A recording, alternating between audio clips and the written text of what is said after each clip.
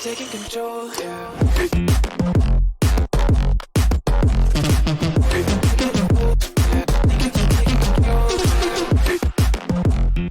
Eh bien, salut à tous et à toutes, c'est Adri. On se retrouve aujourd'hui pour une nouvelle vidéo sur un nouveau jeu de société qui s'appelle Boken, qui est fait par Miki Tajima, qui est pour 1 à 2 joueurs. Alors après, je ne sais pas trop où est-ce que c'est écrit, c'est peut-être à l'arrière de la boîte. Non, bon, voilà, c'est ça. Hop, donc 1 à 2 joueurs, 14 ans et plus, pour 15 à 30 heures, des sessions de 20 à 30 minutes. Donc voilà, c'est un super jeu qui vient de Ulule, qui, il me semble, d'après ce que j'ai compris, a été en comment dire, en construction, en façonnage pendant 7 ans, et qui a enfin pu être livré. Alors moi, j'ai été très occupé ces derniers temps, donc je l'ai reçu, mais je n'y ai pas encore joué. Donc ça va être l'occasion pour moi de jouer avec vous en direct, entre guillemets, en vidéo. Alors, j'y ai joué un tout petit peu quand même de mon côté pour voir si je comprenais à peu près les mécaniques. Franchement, c'est très fluide, c'est super. Donc, on va pas trop tarder. Normalement, alors je vais essayer de voir comment je vais faire ça. Mais j'aurais peut-être fait une vidéo unboxing avant, même si je suis, je pense, en retard. J'essaierai de vous montrer comment ranger tout ça. Car moi, j'ai pris la version, alors on va pas dire de luxe, mais j'ai pris les playmats, j'ai pris le tapis de dés, j'ai pris le petit carnet en plus. Donc ça fait plaisir. Franchement, le matos, il est magnifique. Je pense que même sans le matos premium, le jeu est déjà vraiment super. Mais alors les petits tapis, je pense que c'est vraiment une petite touche supplémentaire pour vraiment savoir où mettre ses objets, quelles sont les limites de nos objets. Donc franchement, oui, ça c'est vraiment super. Et puis voilà, globalement. Donc je vous propose qu'on commence tout doucement par un petit point lore très rapide, puis la mise en place, et enfin un début de partie. Je vais essayer de faire en sorte que les vidéos de Boken durent maximum 1 heure, je dirais. Comme ça, j'essaierai de vous en proposer assez régulièrement. Mais bon, me connaissant, moi qui fais surtout des vidéos de 2-3 heures, ça risque de déborder. Mais si j'arrive à faire en sorte que ce soit plus compact, vous verrez déjà des sessions de jeu plus courtes et peut-être plus agréables à regarder. Et surtout, je pourrais sûrement vous en proposer pendant plus longtemps. Donc à voir. Mais en tout cas, comme d'habitude, je vous montre le livret de règles qui est assez dense. On va être honnête, il est très très dense. Mais par contre, il est quand même plutôt clair. Même si c'est vrai que parfois ça peut être un peu difficile, je trouve, de tout retenir. Et ce qui fait le génie de ce jeu, alors attendez, déjà, le premier génie de ce jeu, c'est ce genre de plateau. Alors, que ce soit les plateaux héros ou la map monde, il y a des aimants. Et en fait, par exemple, si on va se déplacer avec notre personnage, en fait, c'est un personnage qui est aimanté. Alors, on n'a pas le droit de faire ça. Donc, c'est-à-dire que là, je le fous à l'envers, hop, j'ai beau secouer, vous voyez que ça ne bouge pas d'un pouce. Et le deuxième génie, c'est que, alors ici, on va essayer de... Parce que là, ça prend quand même beaucoup de place, hein, ce jeu. Mais là, je ne sais pas si vous allez arriver à voir, mais en fait, il y a carrément des rappels d'effets. Donc, qui sont plutôt très sympathiques. Et ces boîtes-là sont juste exceptionnelles. Franchement, ça permet une mise en place tellement fluide et un rangement tellement facile aussi, tellement rapide. Ça, franchement, c'est l'idée du siècle. Enfin, je pense que ça fait partie de mon top 3 des jeux les mieux rangés et les plus simples à mettre en place. Sincèrement, ça, c'est du génie, hein, les aimants et tout ça. Franchement, bien joué. Regardez, là, vous voyez, il y a tellement de pions ici, là. Dans un jeu normal, vous foutez un coup par inadvertance, il y a tout qui bouge. Là, regardez-moi ça. Ça, c'est vraiment exceptionnel, hein. Ça, il n'y a rien à dire. Donc voilà, ça je voulais quand même faire une petite précision. Et une autre précision, les cartes du jeu, qui sont par exemple celles-là, elles sont toutes protégées et les protège-cartes sont fournies avec le jeu. Et ça, je peux vous assurer que pour quelqu'un comme moi, c'est vraiment un plus non négligeable. Regardez, même les petites cartes sont slivées. Ça, c'est juste exceptionnel. Ça, rien à dire. Le matos, la DA, les aimants, enfin voilà. Et vous allez voir aussi que le gameplay est vraiment super. On s'y croirait vraiment. Alors voilà, petit point, on va dire sur le lore. Donc c'est un JRPG, un Japanese Roleplay Game. Personnellement, je n'y ai jamais joué de manière sérieuse. J'ai joué un tout petit peu à Final Fantasy X sur la PS2. Et je crois que globalement, c'est à peu près la seule expérience que j'ai, parce que tout ce qui est Dragon Quest, ou les Final Fantasy un peu plus connus, je crois que je n'y ai jamais touché. Donc je crois que je n'ai pas vraiment, euh, je ne sais pas vraiment ce que ça fait de jouer à un JRPG. Voilà. Parce que vu l'ambiance que je vois du jeu de plateau, je n'ai pas l'impression que ce soit la même ambiance que dans les Final Fantasy auxquels j'ai pu jouer. Enfin, aux Final Fantasy auxquels j'ai pu jouer. Donc, je pense que je n'ai aucune expérience, donc on va voir ça ensemble. J'ai joué hier pendant 1 ou 2 heures, un peu dans mon coin, juste pour voir un peu comment ça se goupille. Et j'ai trouvé ça super déjà. Donc, vous avez en bonus téléchargeable gratuitement ou bien vous pouvez l'acheter sur le site le prologue. Donc, c'est un petit carnet de manga que je vous laisse aller lire tranquillement de votre côté sur le site de Boken. Et j'ai pris aussi en plus le livret scénario, enfin livret aventure. Et il faut savoir aussi que tout ça est accessible gratuitement. On va pas spoiler, mais du coup, ça rajoute quand même de la narration et du lore, ce qui est très très sympathique.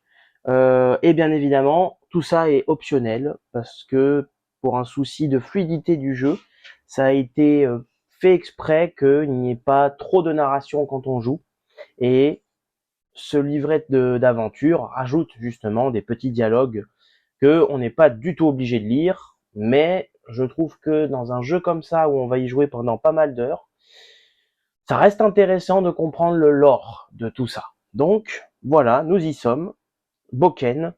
On est parti, je pense, pour la mise en place que j'ai déjà bien avancé pour une première partie. Mais vous allez voir que pour les parties d'après, je vais vous montrer comment on sauvegarde à la fin et comment on désauvegarde pour remettre en place le jeu. Vous allez voir que c'est juste magnifique. Ça se fait en 2 minutes top chrono. Hein, et ça, c'est pas une promesse en l'air, c'est vraiment le cas. Ok, donc on est parti pour la mise en place. Alors, petite introduction quand même avant. Je précise que je mets un timecode en description pour ceux qui ne seraient pas intéressés par ça mais qui veulent juste voir le gameplay. Vous allez directement au timecode qui correspond au gameplay. Mais là, on va tranquillement lire l'introduction et mettre en place le jeu. Introduction. Boken a pour vocation de faire revivre l'expérience des JRPG, Japanese Role Playing Game, sur console des années 80-90, dans un jeu de plateau. C'est un jeu d'aventure coopératif ou solo pour 1 à 2 joueurs qui devront s'entraider pour gagner contre le jeu. Il retranscrit fidèlement les mécanismes des JRPG sur console tout en tenant compte des enjeux ludiques d'un jeu de plateau. Chaque joueur incarne un héros. Si vous jouez en solo, vous pourrez jouer un seul héros ou jouer seuls les 2 héros, comme lors d'une partie à 2 joueurs. Moi, j'ai décidé de jouer en solo avec 2 personnages, car c'est, j'ai l'impression, l'expérience qui était voulue initialement pour le jeu. Voilà, globalement. Je vous propose de partir tout de suite sur la mise en place. Si vous jouez un seul personnage, la mise en place est légèrement différente. Je ne vous montrerai pas cette mise en place-là. Moi, je vous montre une mise en place pour 2 joueurs. Alors, premièrement, on va placer les fiches de héros devant les joueurs qui les contrôlent. Donc ça, c'est le joueur A, ça, c'est le joueur B. Il existe donc 2 types de héros. Le personnage A est un guerrier, le personnage B est un mage, me semble-t-il. Voilà, c'est ça. Il faut savoir que si vous voulez, vous pouvez donner le nom que vous voulez au personnage. Moi, écoutez, je vais garder les noms qui sont dans les petites BD qui ont été faites après coup. Donc c'est pour ça que dans le livret, il n'y a pas tellement leur nom. Mais donc, le personnage guerrier s'appellera Bast et le personnage mage sera Edel. Voilà, j'ai décidé de garder ça pour rester dans l'univers qui a été créé par l'auteur. Voilà, tout simplement. On prend les cartes items de départ, donc chaque personnage en a 2. Et talent de départ, chaque personnage en a 3. Et on les met là où il faut. Donc là, avec le tapis, on se pose pas la question, on les met dans les emplacements. Voilà. Très bien. On mélange les cartes talent restantes, mais ce n'est pas obligatoire. Et on replace dans l'organisateur de cartes. Et il ne faut pas mélanger les items ou les quêtes.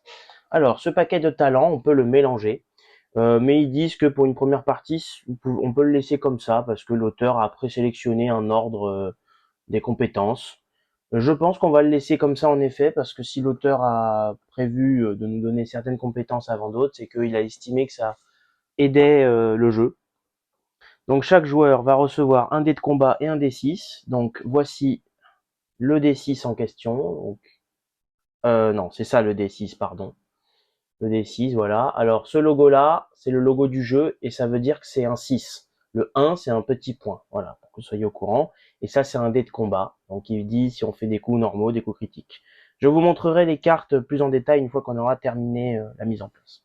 Bon, les dés des personnages, je les mets là et on verra plus tard. On place la map monde. Donc le jeton sera placé sur un emplacement de la map monde. Donc la map monde, elle est ici. Pour l'instant, on n'y touche pas, on verra plus tard. On va placer l'organiseur amovible et la boîte de rangement amovible des cartes rencontres, lieux, etc.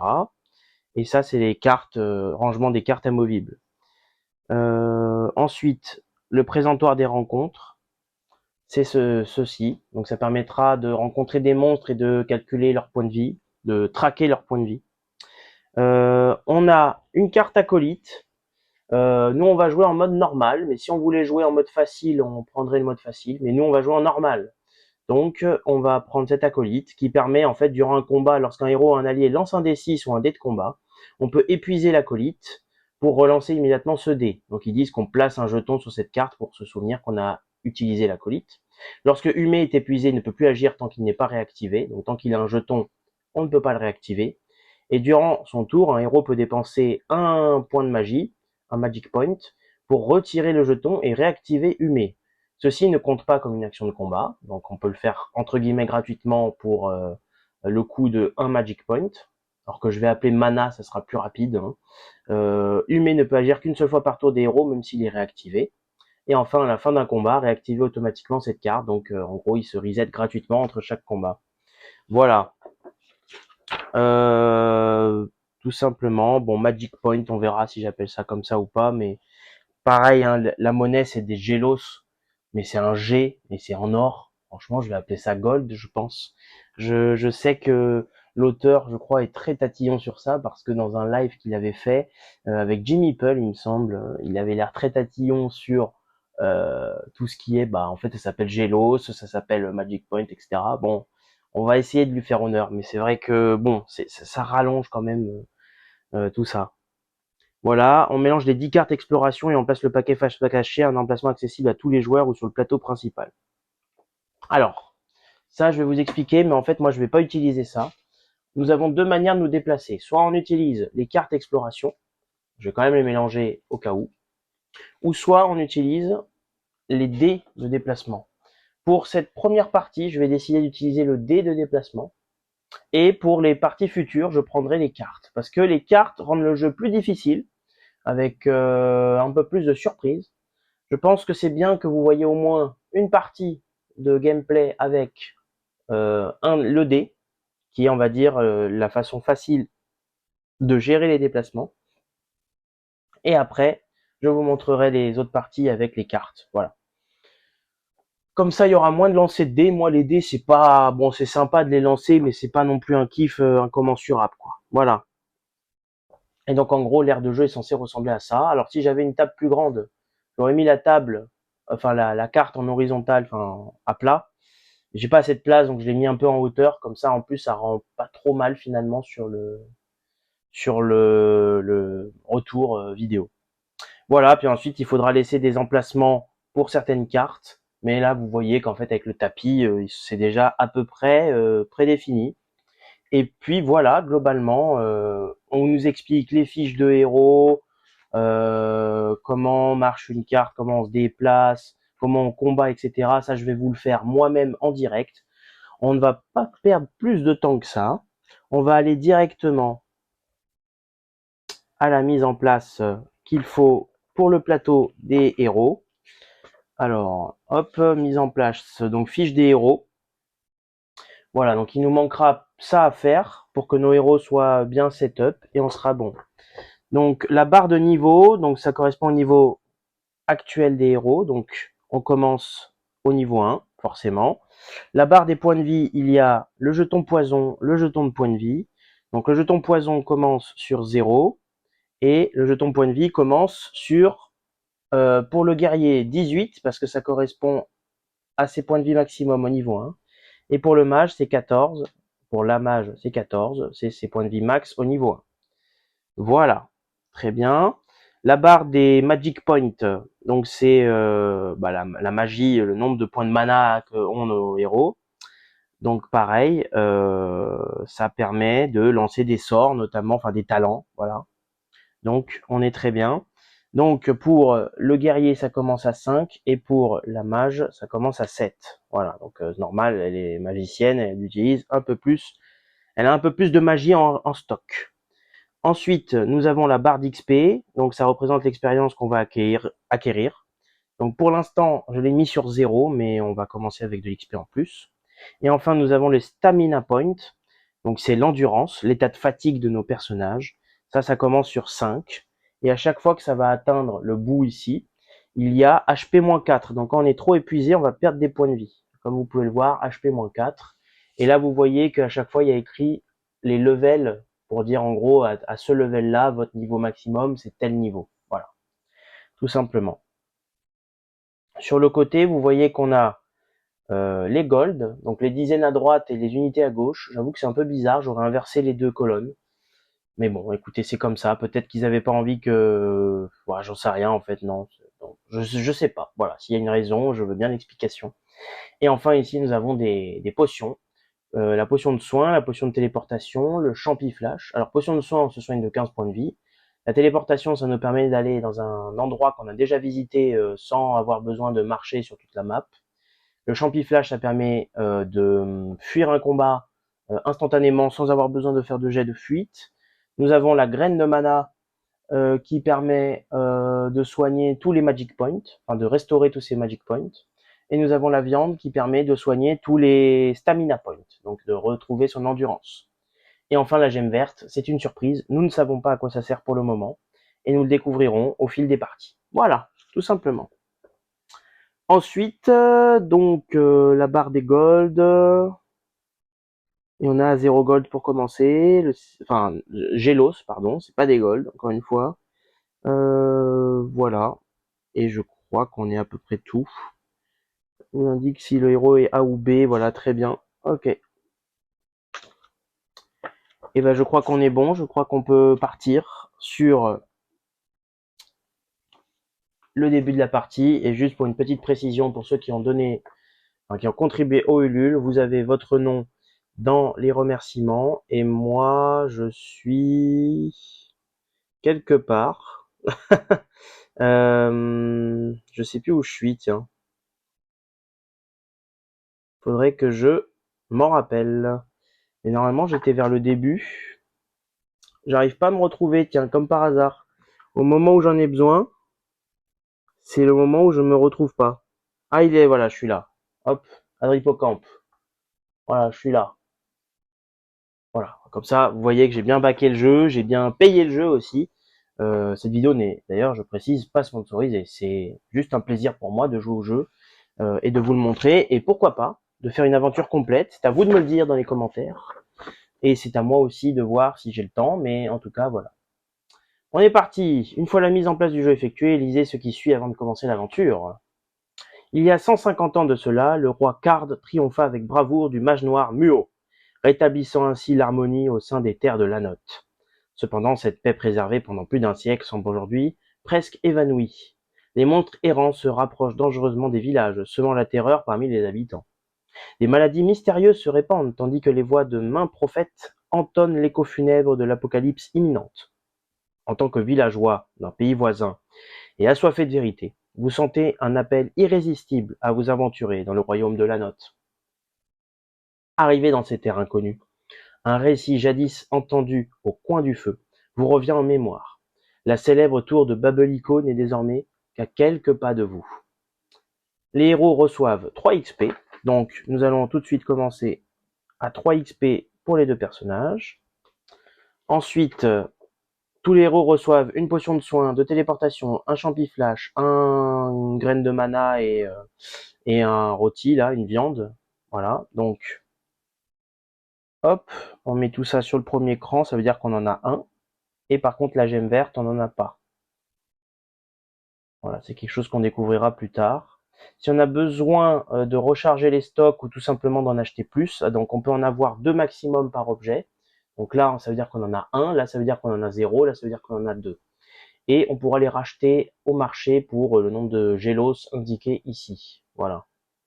Et la petite gemme verte n'est pas achetable par des Gélos, avec des Gélos. En tout cas, pas pour l'instant. Voilà. Placez le jeton groupe sur la map monde sur la case X, figurant sur la figure A. Donc en gros, on va commencer ici. Ensuite, vous voyez qu'en fait, on a 2 petits jetons personnages, que voici. Celui qu'on va choisir représente les 2 personnages en même temps, mais celui qui est représenté sera en première ligne. Il faut savoir que le personnage en première ligne a plus de chances de se faire toucher par les ennemis, tout simplement parce que sur le dé des ennemis, enfin sur le dé d'attaque en fait, il y a 2 fois une face qui touche le héros A, 2 fois une face qui touche le héros B, et il me semble 2 fois une face qui touche le héros en première ligne. Donc c'est pour ça que le héros en première ligne a 4 chances sur 6, donc 2 chances sur 3 de se faire toucher, versus une chance sur 3 ou 2 chances sur 6 de se faire toucher quand on est en deuxième ligne. Moi, écoutez, donc la logique voudrait que ce soit le guerrier qui soit en première ligne, car il a plus de points de vie, mais contre toute attente, je vais mettre moi, la magicienne, en première ligne, et je vous expliquerai dans un instant pourquoi. Voilà, écoutez, l'aventure, me semble-t-il, peut commencer. Si vous jouez en mode facile, vous recevez 10 Gélos et encore une potion de chaque en plus. Mais on va jouer en mode normal, donc on va pas les prendre. Et que l'aventure commence. Voilà. Eh ben écoutez, c'était tout. Bon, ça a mis quand même 20 bonnes minutes, mais ça me semblait important. Alors, on va commencer par les talents de mon guerrier.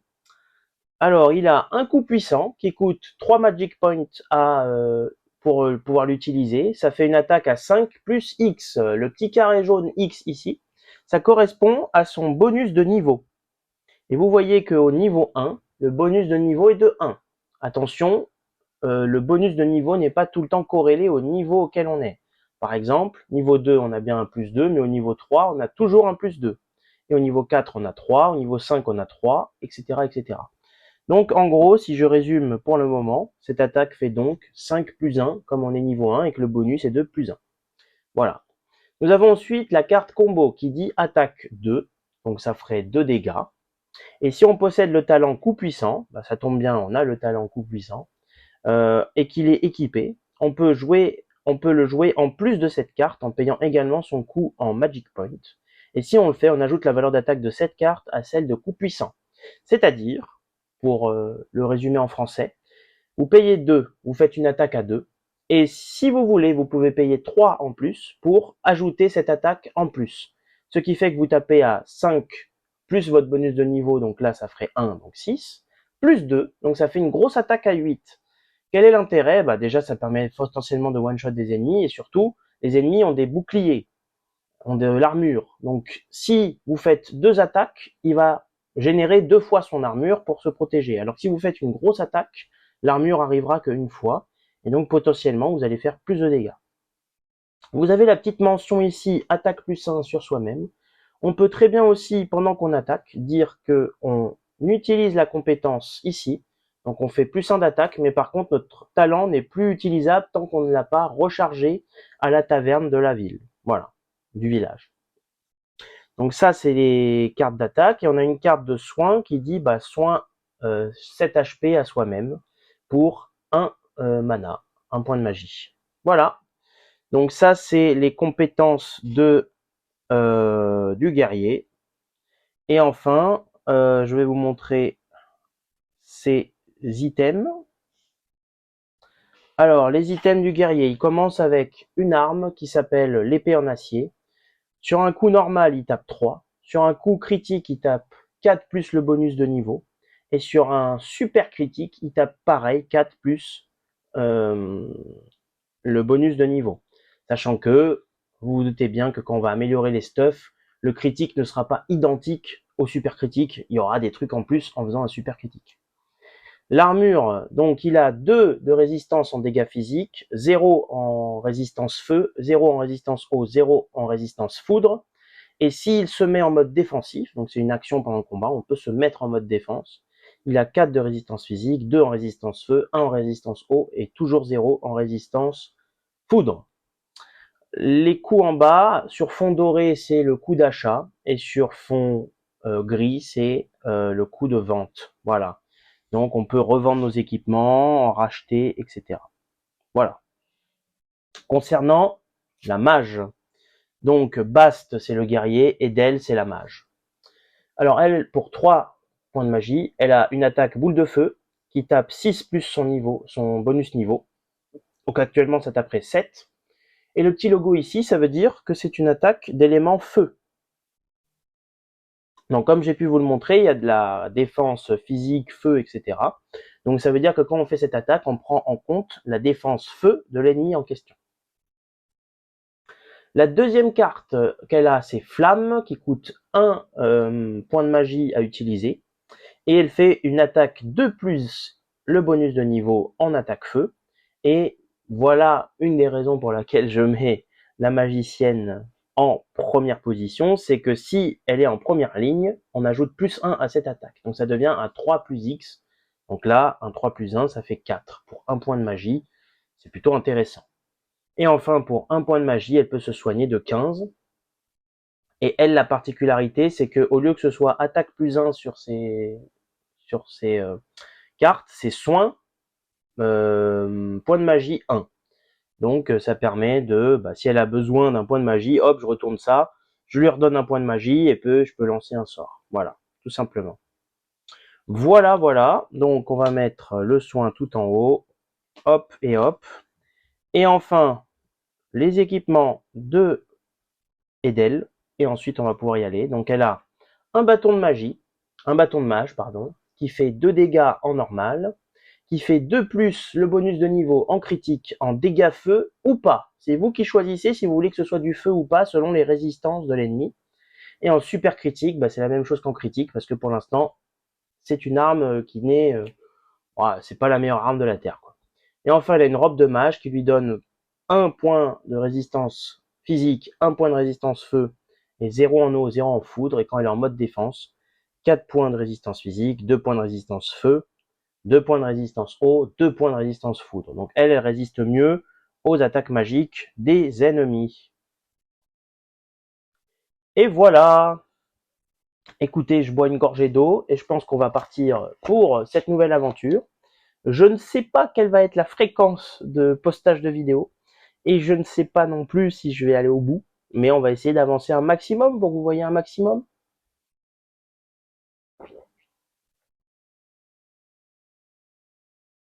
Voilà, bon, à la bonne franquette, je sais pas, je pense pas que je couperai ce moment. Et on est parti. Alors, comment est-ce qu'on se déplace sur la map? Très simple, on lance le dé. Il y a une face sur les 6 où c'est une flèche. C'est-à-dire qu'on ne peut pas se déplacer et qu'on va perdre un point d'endurance. Comme je vous ai dit, si on arrive à 0 d'endurance, on perd 4 HP. Et à chaque fois qu'on va devoir reperdre de l'endurance, on reperdra à chaque fois 4 HP. Donc il faut faire très attention à cette barre d'endurance. On peut la remonter grâce à la viande. Et sinon, quand on ira dans une ville pour se reposer, il y aura de quoi faire. Voilà. Et enfin, les autres faces, écoutez, donc à chaque fois il y a un chiffre en rouge, un chiffre en noir. Le chiffre en rouge, c'est quand on se déplace sur la map monde ou quand on se déplace dans un endroit hostile. Euh, Ça nous permet de se déplacer d'autant. Et quand on est dans une map pacifique, tranquille, donc un village, voilà, on va se déplacer du nombre sur le dé, mais en noir cette fois-ci. Voilà. Parfois, il y aura la mention bis.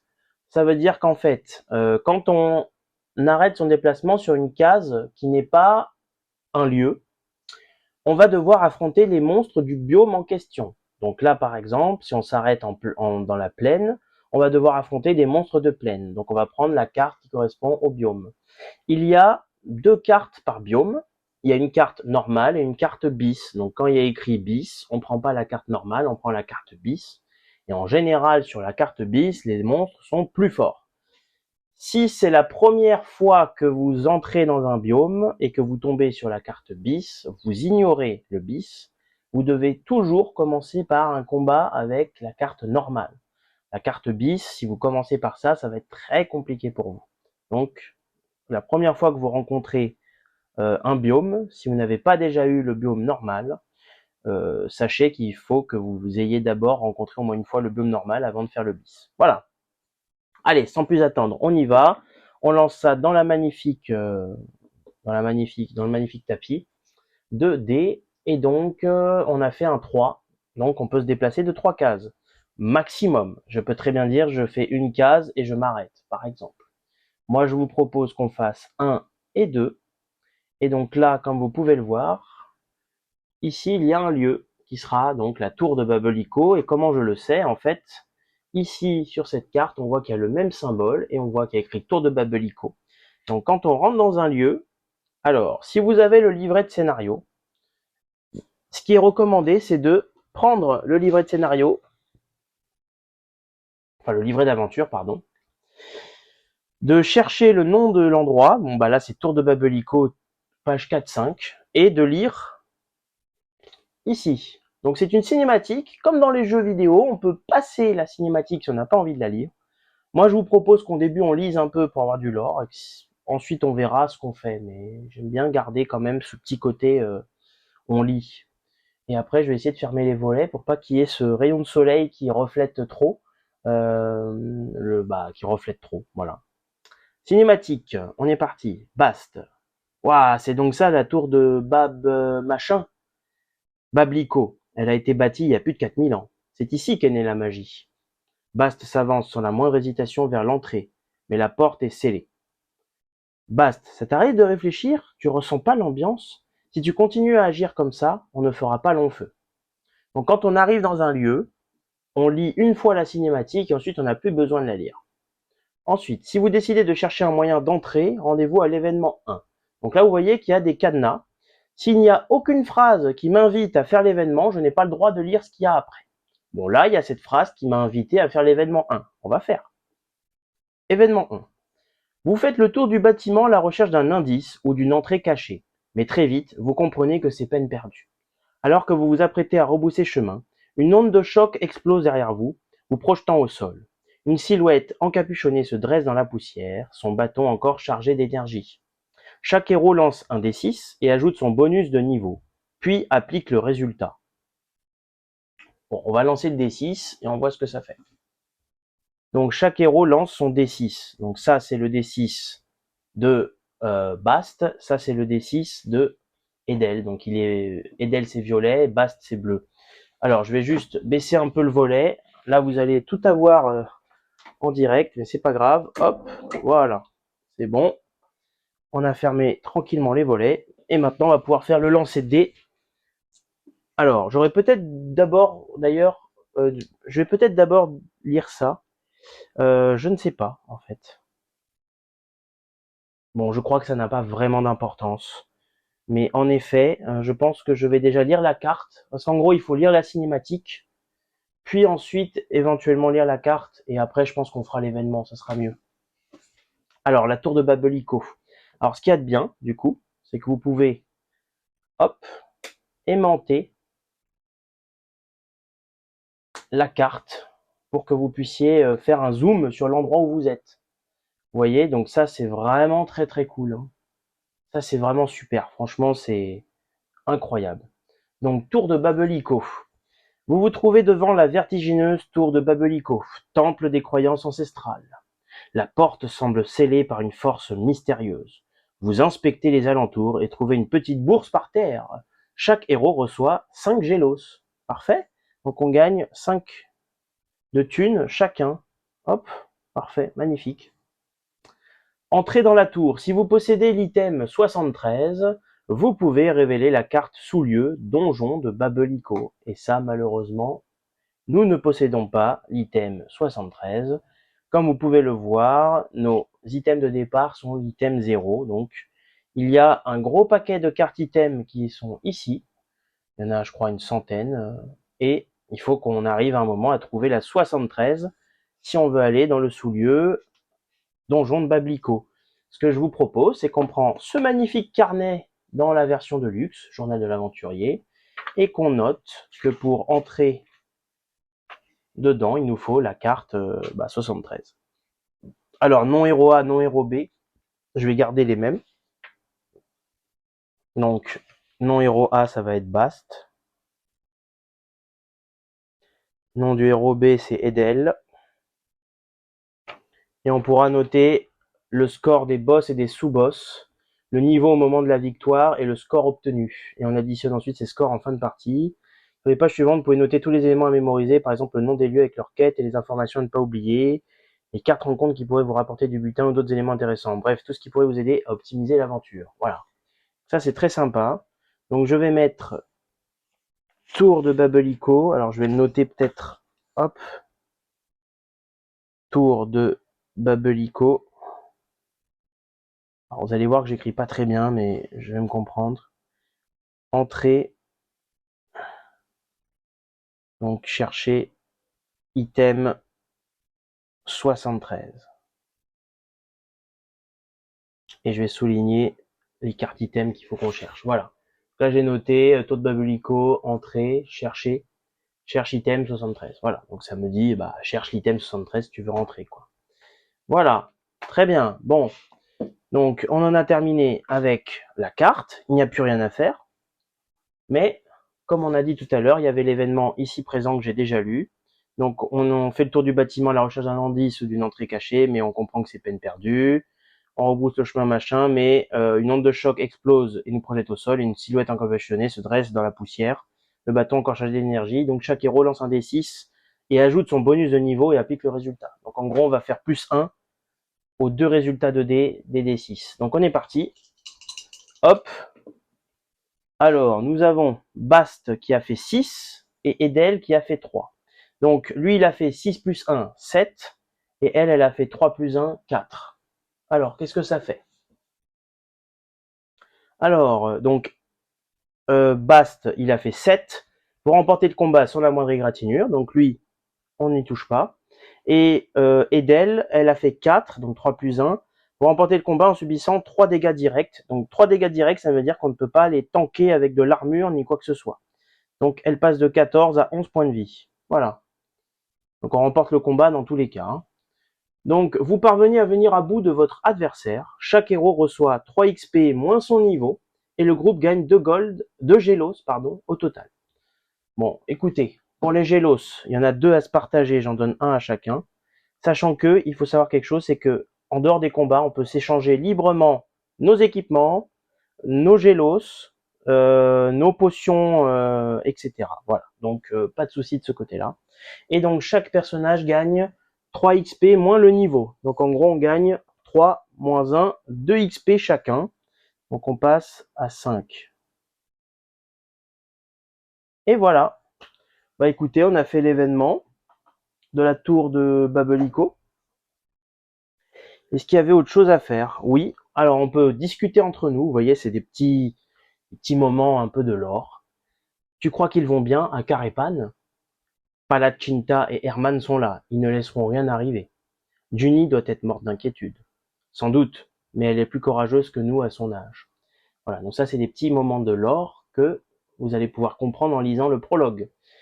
Carépan, c'est le village où ils habitent, voilà. Et Palacinta et Herman, Herman, c'est le maire du village, il me semble, et Palacinta, c'est sa femme, voilà. Et Junie, c'est une petite fille du village qui adore Edel, je crois, enfin quelque chose comme ça. Voilà. Écoutez, il n'y a rien d'autre ici, voilà. C'est fini pour la tour de Babelico, donc on va pas en lire plus. Et nous avons terminé avec la tour de Babelico, donc ce qu'on fait, hop, on met les aimants sur le côté. Et la carte, maintenant, nous l'avons déjà visitée, donc on va pouvoir la mettre dans le compartiment arrière, qui correspond au endroits déjà découverts. Ça, c'est à découvrir, ça, c'est déjà découvert. Donc, typiquement, à n'importe quel moment à partir de maintenant, avec une potion de téléportation, on peut, où qu'on soit sur la map, se téléporter à la tour de Bablico. Si ça, c'est pas magnifique. Voilà, et ben, on a terminé. Maintenant, ben, on va essayer d'avancer. Moi, je propose qu'on essaye d'aller au village ici. Et on est parti. Alors, j'ai fait un 3 cette fois-ci, en rouge. Donc, on va faire tout simplement 1, 2, 3. Et mon déplacement s'est arrêté sur, qui ne s'est pas arrêté sur un lieu. Donc, je vais devoir faire un affrontement. On est dans le biome de plaine, donc je prends la plaine. Voilà, vous voyez, c'est bien le même biome. Et on est parti, nous avons des monstres qui vont spawn. Alors, je le mets ici, et ça pareil, ça c'est vraiment magnifique. On va lancer les 2 dés, 6, encore une fois, des 2 personnages. Ça, c'est une spécificité de quand vous vous déplacez avec les dés. Quand vous jouez avec les cartes, tout est écrit sur la carte. Donc, voilà. Donc, on y va. Hop. Alors, du coup, vous voyez que Bast a fait 3. 3, ça correspond. Donc, en gros, si on fait 1 ou 2, on affronte le slime. Si on fait 3 ou 4, on affronte le croquelin. Et si on fait 5 ou 6, on affronte le glu-glu. Si, par exemple, 2 personnages font le score qui correspond à un même monstre, par exemple, imaginons je fais 5 avec un et 6 avec l'autre, ou 2 fois 5, ou 2 fois 6, et ben en fait, il n'y a que le glu-glu dans le combat, les 2 autres ne sont pas dans le combat. Bon, donc là, Bast a fait 3, donc il fait spawn le croquelin. Donc je vais prendre le petit A qui correspond à Bast, et je vais mettre les points de vie max qui correspondent au croquelin, c'est-à-dire, vous le voyez peut-être pas, mais 6 points de vie. Donc je mets ici sur 6. Edel, elle, a fait 5, donc elle fait spawn le glu-glu, et donc je prends le petit B, et le glu-glu a 7 points de vie. Hop, voilà. Le slime ne fait pas partie du combat, donc je vais mettre un cache dessus pour dire qu'il n'est pas de la partie. Voilà tout simplement comment ça marche. Un ennemi, comment on lit? Il y a ses points de vie. Il y a parfois des choses en plus, mais ça pour l'instant, on ne sait pas à quoi ça sert, on découvrira plus tard dans la partie. Ça, c'est le jet de fuite. Donc, pour pouvoir fuir un combat, il faut qu'on fasse avec un lancer de dés au moins le chiffre ou plus pour pouvoir s'échapper. Sachant que quand il y a plusieurs ennemis, on prend la valeur la plus haute parmi les ennemis qui restent. Donc là, par exemple, il faudrait que je fasse 4 ou plus avec un dé pendant mon tour si je veux m'enfuir. Si par exemple, le croquelin était mort, j'aurais pu tout simplement fuir, mais cette fois avec que 3. Mais là, c'est pas le cas. Voilà. Ensuite, le croquelin en coup normal, il tape 6. Pour le glu-glu, il tape 5 en élément feu. Il met un poison et il fait baisser l'endurance de 1. Et en coup critique ou en super critique, les ennemis font pour le croquelin 7 dégâts et 2 poisons. Et pour le glu-glu, 9 dégâts et il nous enlève un point de magie. Voilà. Et enfin, pour lui, il a 1 de résistance physique, 1 de résistance feu, aucune résistance foudre, aucune résistance eau. Et le glu-glu a 1 de résistance physique, 3 de résistance feu, 0 de résistance électrique et 0 de résistance eau. Voilà. Les récompenses, donc, comme Bast a fait générer le croquelin, lui, il va gagner 7 récompenses. Et Edel a généré le glu-glu, donc elle va gagner 7 récompenses-là. De toute façon, à la fin, entre les combats, on peut s'échanger les objets qu'on veut, les golds qu'on veut, donc c'est pas un énorme souci. Mais c'est quand même important que le personnage qui a généré le monstre gagne, lui, la récompense en question.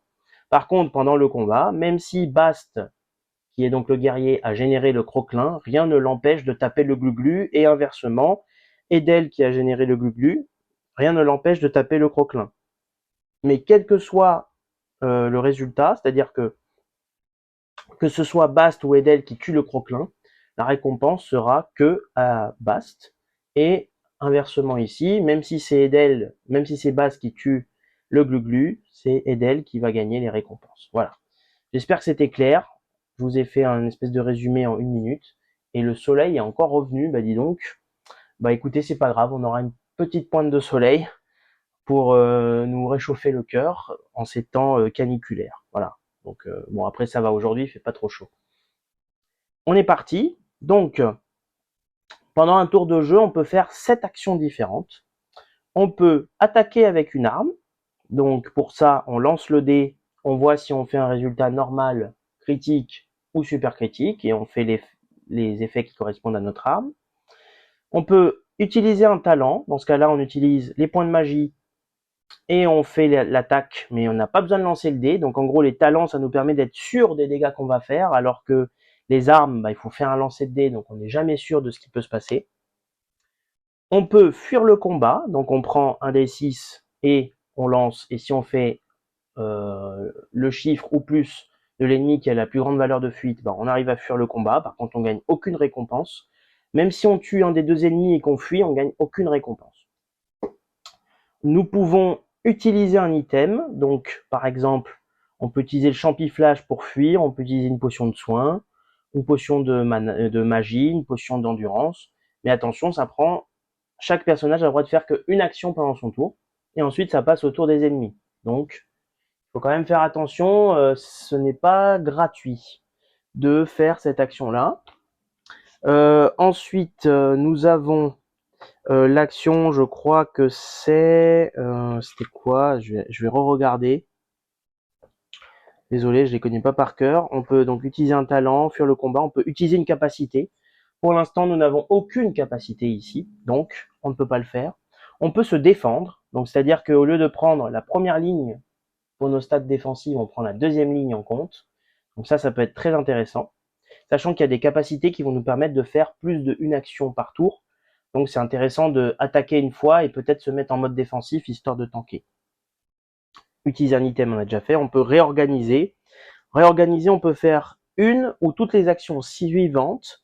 Donc on peut s'échanger des items ou des items fiches, donc les potions, avec un autre héros ou alors avec notre réserve. Vous allez voir qu'à un moment, une fois qu'on aura 5 items, le 6e item ira dans la réserve. Donc on pourra faire des switches avec la réserve. On peut ou échanger des talents équipés. Donc bon, ça c'est les talents de base. Donc disons que on peut pas faire beaucoup plus.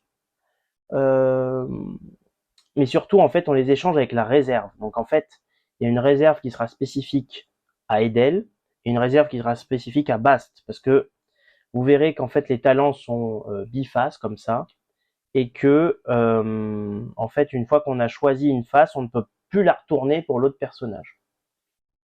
Voilà, et enfin on peut changer d'allié, mais pour l'instant on n'a pas d'allié. Oumé, qui est un acolyte, n'est pas considéré comme un allié. Voilà. Mais il est là, quand on fait un lancer de dés, on peut l'épuiser pour relancer un lancer de dés qui nous plairait pas. Et surtout, on peut, pour un point de magie, le réinitialiser pour pouvoir réutiliser cette possibilité. Voilà. Voilà, vous avez globalement toutes les actions possibles. Maintenant, je vous propose qu'on y aille. Alors moi, j'ai déjà une idée toute faite de mon tour. Je vais choisir de faire le combo. Donc je vais déjà dépenser 2 points de magie. Je passe à 3.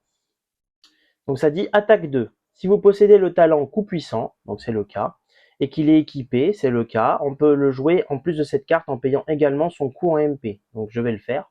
Je vais payer 3 en plus, donc je passe à 0 MP.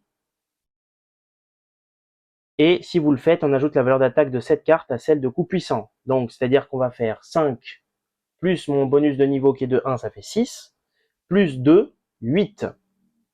Donc là, pour 5 de points de magie, je fais une attaque à 8 physique. Et je vais taper le glu-glu. Le glu-glu, il a 1 de résistance physique. Donc je tape 8 moins 1, 7. Je le one-shot. Donc le glu-glu, hop, il est KO. Ça, c'est vraiment magnifique. Franchement, j'adore. Très bien, maintenant, je vais faire jouer Edel. Edel, donc il y a le croquelin qui a 6 points de vie. Et ben c'est simple, je vais utiliser 3 points de magie pour faire ma boule de feu, qui est ici présente, qui dit attaque 6 plus X en feu. Donc je vais taper 6 plus 1, vu que mon bonus de niveau c'est 1. Donc je tape 7, et lui, on voit qu'il a 1 de résistance feu, donc je fais 7 moins 1, 6, et ça tombe bien, il lui restait 6 points de vie. Le croquelin est mort en one shot. Voilà, écoutez, premier tour, c'est géré, on est tranquille. Maintenant, on fait les récompenses. Donc, je vais enlever la carte KO. Alors, pour les récompenses, vous savez quoi, voilà. Donc, on va commencer par le joueur A, qui est donc Bast. Il va gagner 2 Gélos, donc je passe de 6 à 8. Et il va gagner XP 3 moins le niveau. Donc, je suis niveau 1, donc 3 moins 1, 2. Donc, je passe à 7 XP. Ensuite, en dessous, vous voyez qu'il y a une récompense potentiellement bonus. Donc, je vais lancer le D6, et si je fais, hop, 5 ou plus, je gagne un Gélos et une potion de soin en plus.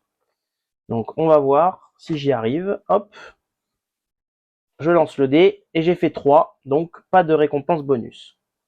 Concernant Edel, elle va gagner 2 Gélos aussi. Elle va gagner XP 3 moins le niveau, donc 3 moins 1, 2. Passe à 7 XP aussi. Ensuite, pareil, je vais lancer un dé, sauf que cette fois, il faut faire 6 ou plus pour gagner un Gélos et une potion. Donc, on est parti. Et ben, elle fait 2, donc pas de récompense bonus. Voilà, la rencontre est terminée.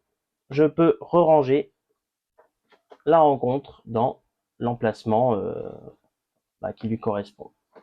Voilà, et vous voyez, c'est clair, c'est fluide, c'est vraiment limpide comme jeu. Et maintenant, on va pouvoir continuer notre aventure. Donc on lance le dé, hop. Alors, parfait, j'ai eu de la chance. Sur le rouge, c'est 4, donc je peux me déplacer de 4 cases. Je vais faire 1, 2, 3 et 4. Est-ce que je vais directement au village? Oui, je vais aller au village. Donc, comme vous pouvez le voir, le village correspond à ce symbole-là, et donc c'est le village de Haut-Taureau. Très bien. Et donc, vous allez voir que c'est magnifique, parce que en retournant, vous voyez qu'il y a une mini-map qui apparaît. Donc, on fait un zoom, hop, on zoome et on rentre dans le village. Hop, et hop. Et vous voyez qu'en fait, mon personnage va spawn là où il y a la double flèche. Et comme c'est aimanté, regardez-moi comment c'est juste magnifique en fait. Voilà, je commence à la double flèche. Et donc maintenant, je vais pouvoir me déplacer dans le village. Il y a des PNJ qui vont donner des quêtes. Il y a des endroits où je vais pouvoir avoir des quêtes. Il y a une boutique où je vais pouvoir acheter des objets. Et là, il y a la taverne, l'auberge, où je vais pouvoir me soigner mes points de mana, mon endurance, etc. Et là, vous voyez qu'il y a un PNJ où il faut que je sois level 5 ou plus pour pouvoir lui parler. Donc pour l'instant, on est niveau 1, on est tout pourri. Donc je ne peux pas lui parler. Ok. Et ben on est parti, on lance le dé. Pourquoi c'est important de lancer le dé? Parce qu'on peut quand même être épuisé dans le village. Et donc, comme je vous ai dit, quand on arrive à 0 d'endurance, on perd des points de vie. Hop. Et ben là, j'ai fait donc 8 en noir. Donc, je peux me déplacer de 8 cases. Moi, ce que je vous propose, c'est que j'aille prendre peut-être la quête à droite. Donc 1, 2, 3, 4, 5. Et donc, la quête ici, donc en fait, pour avoir la quête, il faut aller sur la flèche blanche. Il ne faut pas que je rentre dedans. Hein. Il faut que je sois ici, et c'est bon, c'est considéré que je suis dedans. Et donc, je dois prendre la quête 3. Donc, c'est parti. Je vais donc chercher la carte, la quête qui correspond au 3, et on est parti. Donc, concours de bras de fer. Vous entrez dans la taverne du poulet excentrique. Sur l'une des tables, des duels de bras de fer sont en cours. Un seul joueur peut décider de relever le défi en payant 2 Gélos pour retourner cette carte.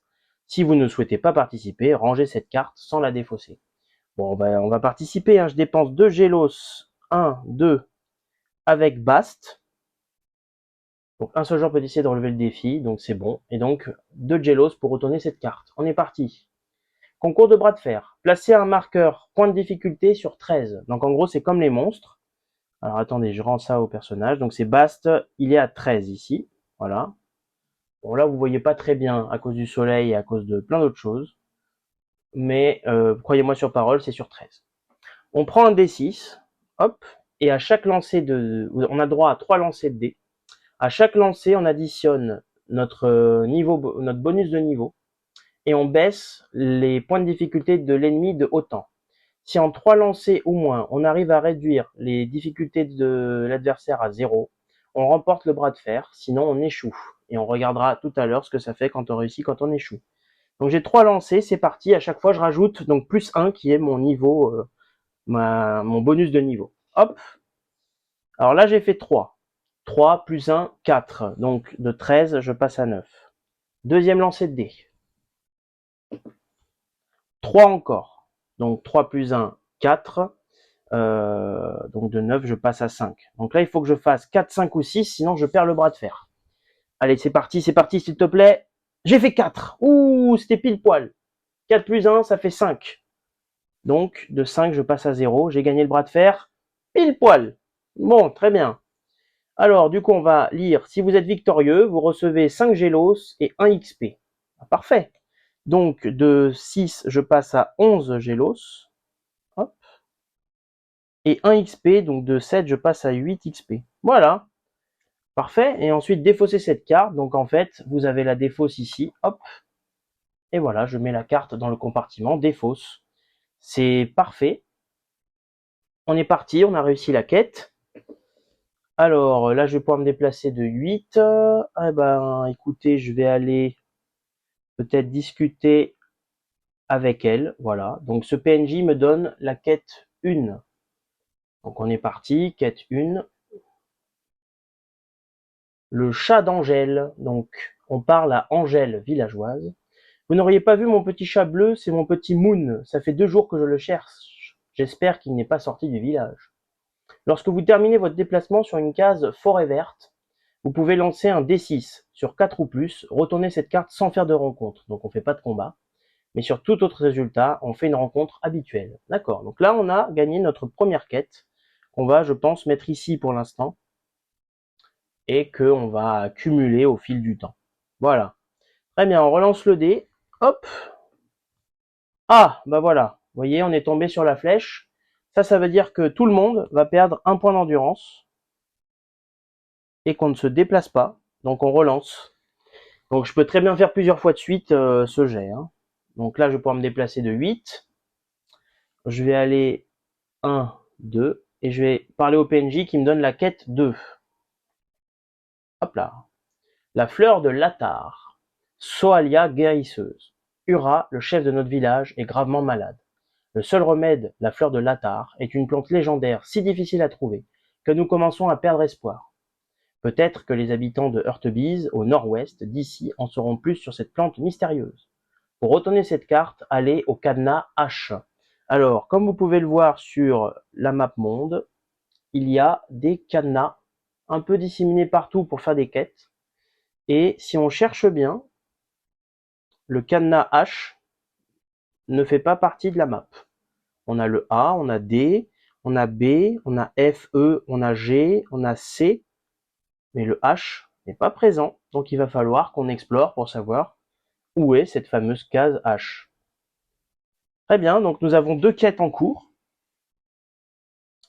Et enfin, on est tout bon. Écoutez, je vais relancer le dé et on va essayer d'aller à la boutique. Donc là, j'ai fait 9. Hop. 1, 2. Et on va à la boutique. Donc encore une fois, je vous le répète, ici, il y a la flèche, il n'y a pas besoin de rentrer dedans. On est déjà dedans en étant là. D'accord? Alors attendez, je vais rééquilibrer ça parce que ça me stresse. Voilà. Et donc, item 1 à 4, plus on peut acheter des items fiches si on veut. Donc on est parti, on va regarder les 4 items. Et je rappelle aussi que nous pouvons nous échanger des Gélos comme on veut. Donc pas de souci s'il nous manque des Gélos pour acheter des choses. Alors on est parti. Nous avons 4 items. Alors nous avons pour le héros A, pour le héros B. Alors on va déjà regarder ce qu'on nous propose pour notre guerrier. Pour notre guerrier, on nous propose le ravageur, qui est l'item du coup 3, qui s'équipe que au guerrier, qui pour un coup normal fait 3 dégâts. Donc pour l'instant c'est pareil que notre épée en acier. C'est la même chose. Par contre en critique, on fait pas 4 plus niveau mais 6 plus niveau. Et en super critique, on fait 6 plus niveau aussi. Donc pour l'instant, ça serait une amélioration, surtout quand on fait un critique. Et enfin, nous avons pierre plus capacité d'enchantement, ça devient un item 46. Donc on se doute que cette pierre verte sert à enchanter les armes. Voilà. Elle coûte 12 à acheter. J'ai 11, je pourrais éventuellement emprunter un à Edel, mais je suis pas sûr que j'ai envie d'acheter cette arme. Enfin, nous avons l'épée bâtarde qui, en normal, tape 4 au lieu de 3, donc c'est pas mal, et en critique tape 5 plus X au lieu de 4 plus X. Donc cette arme améliore tout. Donc cette épée, pourquoi pas. Je vais y réfléchir. Enfin, pour Edel, nous avons le grimoire des arcanes. Lorsque vous êtes équipé de cette arme, tous les talents vous coûtent 1 MP en moins à utiliser durant le combat. Par contre, ils ne peuvent pas coûter moins de 1 MP. D'accord. Par contre, en termes de stats, c'est exactement les mêmes que le bâton. Mais vous... Ah non, c'est pas les mêmes, tiens. Bah, vous voyez, regardez, on a enfin un exemple d'arme qui change en super critique. En normal, elle fait 2, donc c'est pareil. En critique, elle fait 2 plus X. Mais on n'a pas le choix de dire si c'est feu ou pas. Donc, il faut faire attention. Et en super critique, donc là c'était pareil, mais là ça fait 3 plus X au lieu de 2 plus X. Ok, ça coûte 8 et en plus ça réduit nos coûts de talent. Ça peut être pas mal, hein. La boule de feu coûterait plus que 2, donc on pourrait en faire plus. C'est pas déconnant. Et enfin on a la robe d'archimage qui nous améliore notre défense de 1 à 2 en physique et ça garde toujours le 1 en feu. Par contre, il y a 1 en eau et 1 en foudre qui se rajoute. Et en mode défensif, alors là, ça améliore carrément. On passe de 4 à 6 en physique, de 2 à 4 en feu, de 2 à 3 en eau. Et par contre, il y a toujours le 2 de foudre. Ok, très intéressant. Je ne sais pas trop quoi faire, je vous avoue. J'ai bien envie quand même de changer l'épée de mon Bast, de mon guerrier. Je pense que je vais dépenser 8, donc je vais passer de 11 à 3. Hop. Et ce que je vais faire, c'est que je vais acheter l'épée bâtarde. Voilà. Comme ça coûte 8. Et, petite précision, on n'a pas le droit d'avoir 2 armes équipées en même temps. Donc là, en gros, si j'équipe ça, il faut que j'enlève ça. Donc je vais équiper ma nouvelle arme. Par contre, ce que je vais faire, c'est que je vais revendre l'épée en acier pour 2 Gelos. Donc je passe de 3 à 5 Gelos. Parce que cette épée est strictement plus nulle que celle que je viens d'acheter. Et globalement, il n'y a aucun avantage à garder celle-là. Alors peut-être que je fais une erreur et qu'en fait, il y aura un craft plus tard qui me dira, bah, en fait, si tu as ton arme épée acier, ça fera quelque chose, mais tant pis, je prends le risque. Très bien. Donc je pense que cette carte-là, je l'achèterai pas. Elle coûte 12.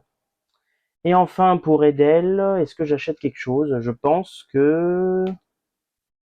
Bon, elle a déjà pris une petite tatane, mais je pense que le grimoire des arcanes, c'est très fort quand même. Donc je vais payer les 8 Gélos qu'elle a. Non, vous savez quoi, je vais en payer 6, donc elle va en garder 2. Et lui, il va lui aider à en payer 2. Voilà. Donc là, j'ai payé 8 Gélos, et je vais acheter le grimoire des arcanes. Voilà. Donc ça, j'ai plus assez, ça, j'ai plus assez, je vais les remettre. Donc item 2 et 3, je les remets dans les cases d'items. Hop. Et ensuite, par contre, cette arme-là, je pense que je ne vais pas la vendre, parce que les deux ne font pas exactement la même chose. Si je vois qu'il y a un ennemi qui est très faible en feu, je vais pouvoir utiliser mon bâton encore. Donc j'équipe mon grimoire des arcanes. Lorsque vous êtes équipé de cette arme, tous les talents vous coûtent 1 point de magie en moins à utiliser durant le combat, mais ils ne peuvent pas coûter moins de 1.